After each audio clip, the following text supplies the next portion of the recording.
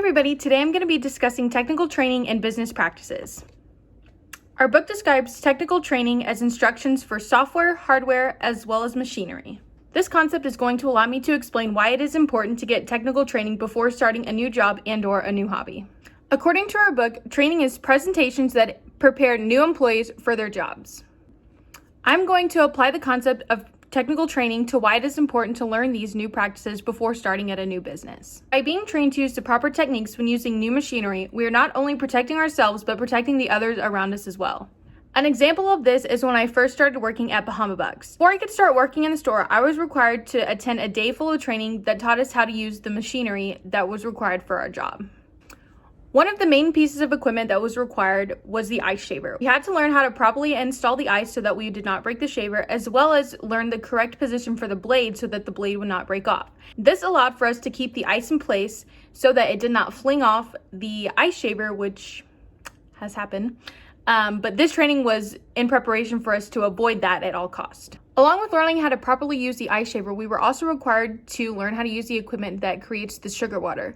This is the piece of equipment that makes the water in order for us to make the flavors, so we had to learn how to use all the equipment in order to use that as well. Without having the proper training with the equipment, me or one of my coworkers could have been seriously injured. By learning the proper requirements for putting the ice on the shaver, we lose the risk of hurting us or another employee. I also learned that by putting the blade in a specific position when shaving the ice helps us lose the risk of possibly breaking the blade, which in turn would cause the ice to come off the shaver as well.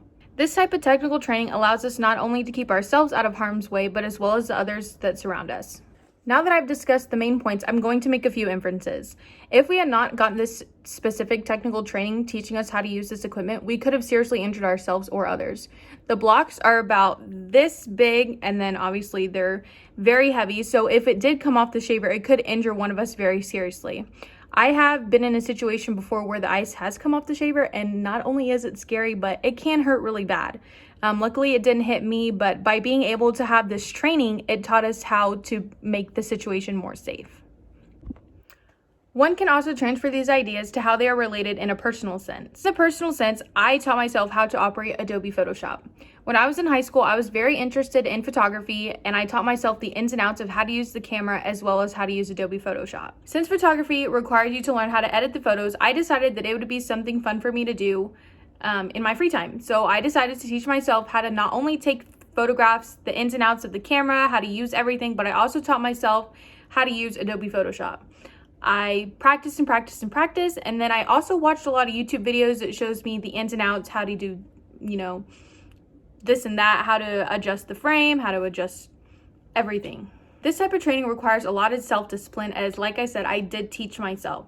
I practiced, I got on there almost every day after school or when I had free time, and I just kind of messed around with all the different settings. And then I also went to YouTube in order to learn the actual technical training that you need in order to learn the software and learn all the ins and outs of what to do, what not to do, how to do all kinds of specific things in Adobe Photoshop. Now I've discussed the main points, I'm going to make a few inferences about what could have happened if I didn't learn how to use Adobe Photoshop properly. Obviously, taking pictures is something that everybody can do, whether it be on their phone or on their nice camera that they have, but learning how to use Adobe Photoshop or any kind of photoshopping tool is very difficult.